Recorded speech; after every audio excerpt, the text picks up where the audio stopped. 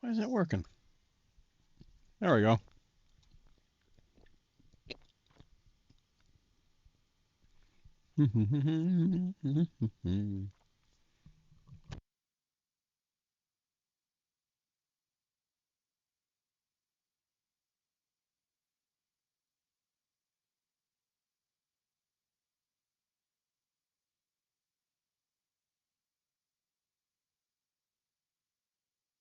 Here we go, here we go, here we go.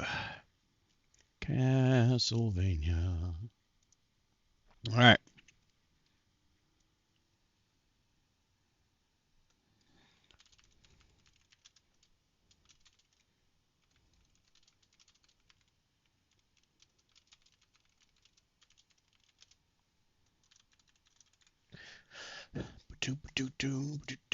Oops, that's how you spell that.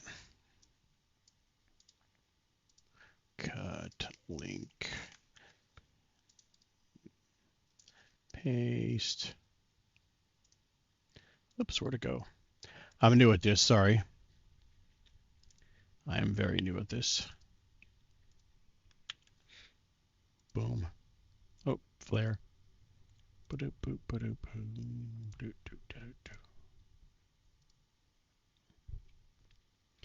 Alrighty. Don't know if anyone's going to see this at all. Probably not, but here we are. We're going to do it anyway. Shoo-ba-doo-boo-boop-bop-pow. Alright, so we're going to do a little run through of what I have going on so far in Castlevania Symphony of Horrors, which is a Simon's Quest, Castlevania 2 Simon's Quest remake. So, oh, I got so many files here. I really need to organize this stuff. Alright, this is the build I put up last night. So, here's hoping it all works out the way I want it to. Let's see if it streams properly. I'm just gonna walk through what I got going on here and just do some descriptive stuff and go from there. Alright, so this is where we're starting this shenanigan. To the left of Jova. I didn't make any... Oops. I didn't make... What the hell is that? That's a new error. Don't you love when new things happen out of nowhere? Never saw that before. Let's try again. I hope people aren't getting this when they download it. That would be really shitty. What the fuck? Alright, let me make sure Steam is off. That causes me problems too sometimes. If you have any issues, set Steam off. It likes to interfere with the controller and be all nonsensical. It might be because I'm running OBS Studio 2. I've never done this before. Okay, it must have been Steam acting up. Alright, welcome to Castlevania Symphony of Horrors, a Simon's Quest reimagining. This game is a slow work in progress. I do appreciate all you guys checking it out. Whoever pops into my channel and subscribes and all, whatever. This tiny demo is a small taste of what's coming. As of right now, you'll start with the short chain whip, which is this little guy. Boom, boom, boom, ba-doom, boom. There's enemies. I'm trying to make the world open area and seamless. So far, it's working out pretty well. And as I do this, I will put merchants and bosses, and there'll be an inventory screen and all that stuff to collect things and all. I'm going to try to put Easter eggs in the game. I'm going to try to put lots of hidden stuff, power-ups, and things like that. Whatever was in the game originally, and then some extra. That's what I'm going for. So the doors aren't active in town yet. You can't walk through them. Give me that knife. Yeah. I just put some signs here to give you some descriptive stuff. It's pretty much everything the big sign says, but I didn't have the big sign when I made these, but I thought, you know what, I'll just make a big-ass widget and throw it in the background. It's easier to read than all those. Hey, old man, tell me what's new. If you plan on ending this curse, you'll need special things. Special things referring to what, man? Crystal balls can reveal things you can't see with your eyes alone. Wow. He is so descriptive. Dracula's remains have special powers. So right off the bat, we know Dracula's remains have powers. We'll need special things, the remains being some of them, I'm sure. And crystal balls will help us see things we can't see. This is the town of Jova. It's pretty primitive right now. It's nothing crazy. Hey, baby, what's up? They say you're cursed, but I don't believe you're bad. She's sweet, isn't she? Alright. So you can't go in the doors yet. I'm going to be adding that, where you go into the door and it puts you inside the buildings and all. It's getting dark. People are going to be disappearing. It's going to get nighttime.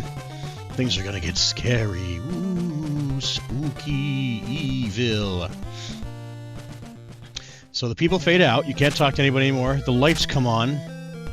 Your lantern comes on automatically. Now the lantern is going to be an item you don't start with when the game is actually going strong and getting really far ahead, because I want you to have to find it. It is very dark without the lantern when you go out at night. So you're going to want to explore while it's daytime. I didn't put the code in yet to make the monsters stronger at night. That is one of the next things I'm going to be adding, because it's not hard to do. It's just a matter of implementing it properly so it works well. And I'm not only am I going to make it so the enemies are stronger, I'm going to make it so there's more of them too. There's enemies that only come out at night. Similar to the zombies that appear in the town in the original version. I'm still going to add those. I just didn't make them yet. But I'm going to have those zombies appear, and I'm going to have new enemies appear at night. So hopefully that'll add some interest. Die, skeleton. Die. Little platforming here. So we'll check this out real quick. Hello, heart. It's funny. Fun fact about the heart and the way they go back and forth like that. I use a sine wave to make them move back and forth with a tick it's supposed to be coordinated with the seconds, the delta seconds of the game, which pretty much means it should run the same on everyone's computer and not rely on the frame rate. That's what I'm going for here, which is what every good code should be going for. But for some reason, it runs slower in the Unreal Engine than it does when I'm actually playing the game. So that heart will not wave back and forth nearly as far while I'm in the Unreal Engine editor. So certain things I have to do outside the editor, like, not outside the editor. I have to do differently than what it looks like in the editor so it works properly outside of it. I don't know how to explain it. Do not enter without a lantern. Good call. Going down. Now, I had trouble earlier with the game going into a cave. See how bright the blocks are still? I mean, it's not that bright, but like the ones all the way on the edge, like, I can't see my mouse cursor, but the ones all the way to the left, for instance, right on the edge there, they were too bright. So I actually added collision to turn the skylight down. That's part of Unreal Engine's lighting. Now, when you go into a cave area, see how dark it is? You don't want to be caught in that shit. Not without the lantern. You don't have the lantern, you're screwed. Hey, little buddy. Ah, damn it. They're a pain in the ass. Very unpredictable. There's no, like, small jump stop. They just keep jumping. Bro, honestly. Thank you. Alright. So, you'll notice the purple water there. I gotta figure out how to add, like, little speckles to it to make it look better. But that's the, and that's not something hard to do. It's gotta... Materials is something I'm still trying to learn more of in Unreal, because the material system is very... There's a lot to it to make good materials. Which is what that water's made of, a water material, but I made it pinkish purple. Now watch my health at the top. Oh, that's no good at all. Should get out of there. I'm also going to add like some particle effects when you go in and out of the water. The system works well now, like the splash and everything works well. Get some hearts. So the game, obviously, if you didn't notice, it's rendered... The blocks that you jump on are all 3D blocks, but really, again, this did not happen to me at all last night. I think it's because of the OBS studio I'm running. I played the crap out of this after I packaged it and everything yesterday, and now it's giving me issues. Damn you, OBS studio. I don't know why it's doing that. I apologize. That's a horrible way to do a video. Some stuff I'll have to research to find out what I can do about it. Can't have people playing my game while they're trying to stream one day and having it crash on them. That would be bad. Not sure what's doing it. Game doesn't take a whole lot of power once it gets rolling here.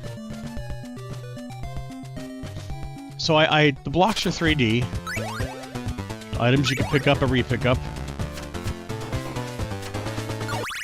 But Simon, the enemies, the backgrounds, the trees, the grass, the bushes like this, the signs, those little trees down there, like everything else. Everything else is 2D. 2D paper sprites in a 3D plane. And I had some people saying, they like the parallax scrolling, which, in a way, it's parallax scrolling, but it's actually a big 3D space behind me. So everything back there by the trees is all 3D. So it's just a big dirt plane I put there to make it fill out the space so it's not just all black and a void.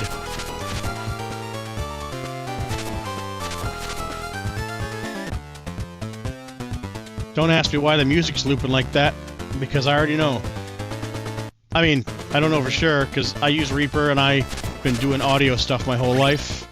And I'd like to think I'm decent enough at it where I can put stuff together reasonably quick and well. But the actual loop on the audio, it doesn't loop properly, even though I have it cut that way. It doesn't make sense to me. I'll have to figure it out down the road here. So the holy water, when you first get it, it breaks on the ground like this. It doesn't have a flame. Now in the original game, the holy water is the same way. It doesn't have flame. But what I'm going to do is take the overpowered weapon that is the sacred flame in the original game, and when you find that, it's going to add the fire to the holy water. So I'm going to I want to be able to use the sub-weapons, like, regular Metroidvania style, Symphony of the Night style, where you can pick up stuff and keep switching it out as you go, without having sub-weapons in your inventory all the time. So, like, when you pick up the Sacred Flame, it's going to add fire to the holy water. When you find the gold knife in the cemetery, actually, the gold knife's from the Grim Reaper. He's not going to be in that dungeon, though. We have plans for him. The silver knife, for instance, like you find in the cemetery when you drop the garlic in the original game. When you find that, it's going to upgrade the knife. And when you, when you find the cross, it's going to upgrade the boomerang cross. All that stuff. It'll be cool. A way to kind of mix things up a little bit. Make it interesting.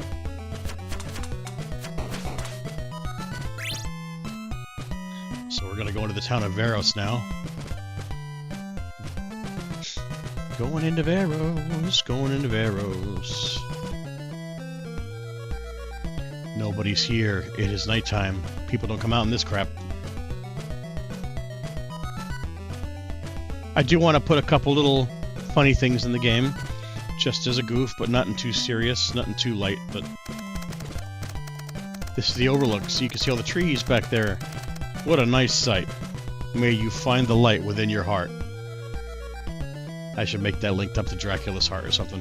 May you find the darkness in Dracula's heart. Alright, moving on. So this area is the Varos Woods. In the original game, it was like the woods past Varos, but I cranked up the intensity a little bit, and I made this the marsh from Castlevania 3. So this is the Varos Marsh now. I like it this way. I hear that little guy. Die. Alright. So the water works pretty well, the mud water. You slow down when you get in it, and you get your speed back when you jump out. As it should. Oh, that hurts.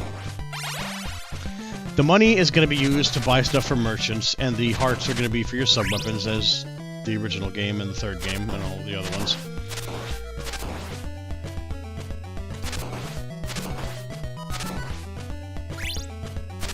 I still got to figure out my bone pillar there. Sometimes the gravity works and the top head will fall if the bottom head is destroyed, but for some reason, it doesn't do it for the ones out here. I don't know why.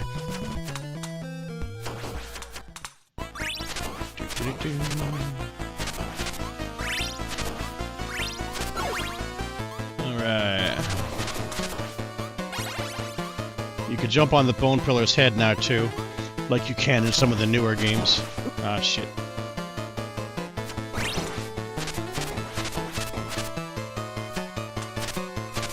Oh, I suck at this today. I'd like to consider myself a Castlevania veteran, but it's not working out.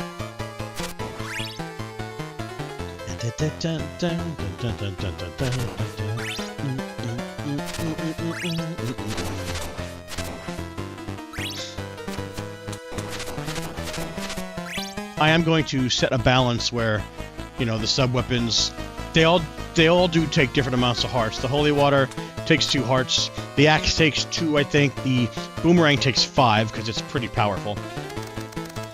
I put these signs here to let people know these areas are not available yet.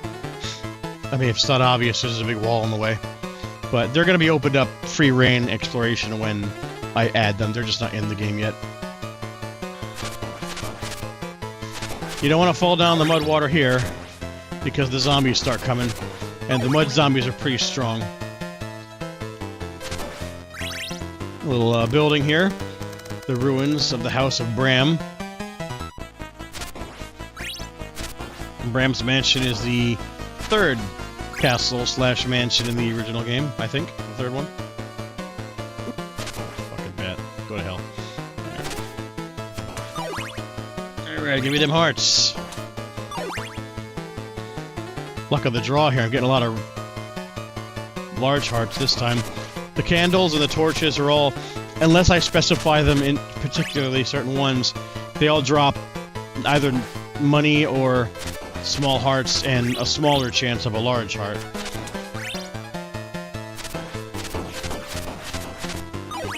Alright. And this is the end of this area. Alright, so we're gonna head back in the dark.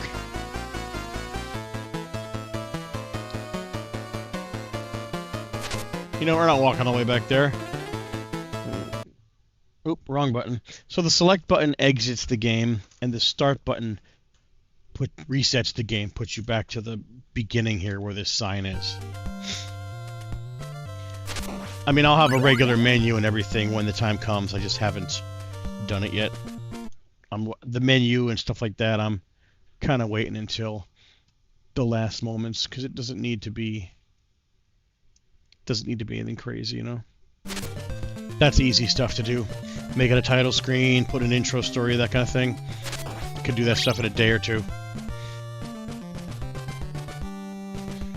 Da, da, da.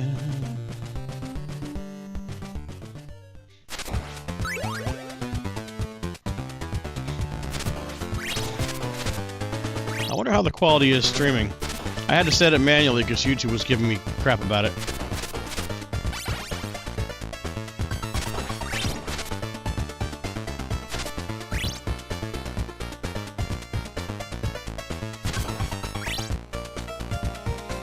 Okay.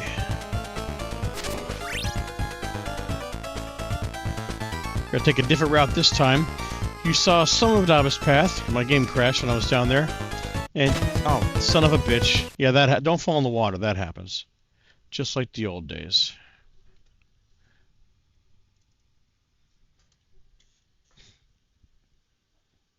Dead.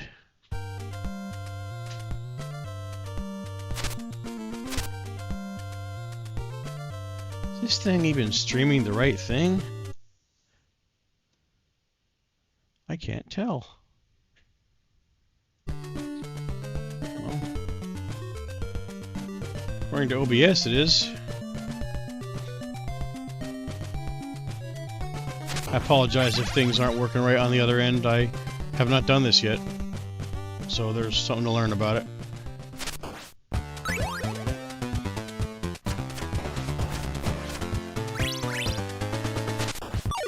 Let's roll down to Berkeley's Tomb. So Berkeley Mansion, or Castle, or whatever you want to call it, is the first mansion you get a body part in the original game. I'm changing it up a little bit so they're not all the same generic mansions. This one's going to be an underground tomb. Or a crypt. There's actually Rover's Crypt is another underground one too that I'm going to have. Where are my fish? There he is. Goddamn fish. I have to tweak their settings so that they come out a little more than they do.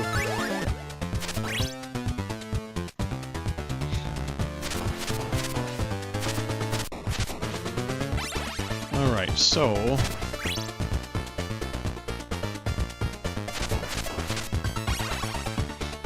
So this way goes to Berkeley's Tomb.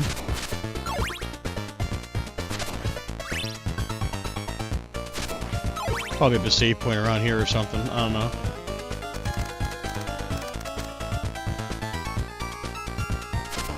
So when you're in the tomb, your lantern comes on because you're inside of a dark area now. That goddamn skeleton is a pain in the ass. I'm gonna have to get rid of him. There's a lot of stuff going on here. The boomerang is your best bet here because you can just come in and mow it all down. So you'll have to... That's gonna be one thing about the game. Where you're at and the kind of stuff that's going on. How easy or difficult it is gonna be heavily dependent on what sub-weapon you're using. Which I think is a fair thing to do. It's... Maybe not everyone will agree with me, but... Sometimes you gotta use your noggin to get through something. I don't want the game to be a breeze walking through, you know? Gotta make some difficult decisions here. Oh.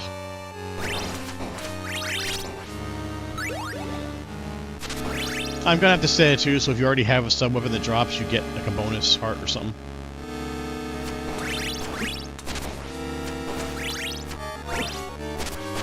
I'm gonna die in one more hit.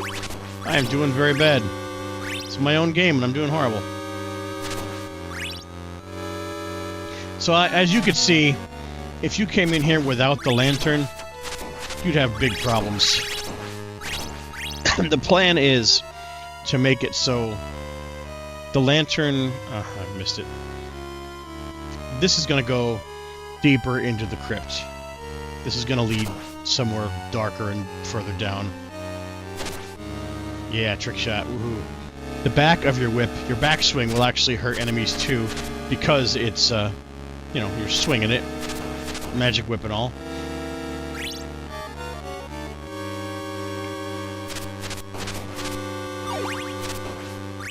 We got stereo sound, we got localized, like, not localized, well, we got sound attenuation so that it...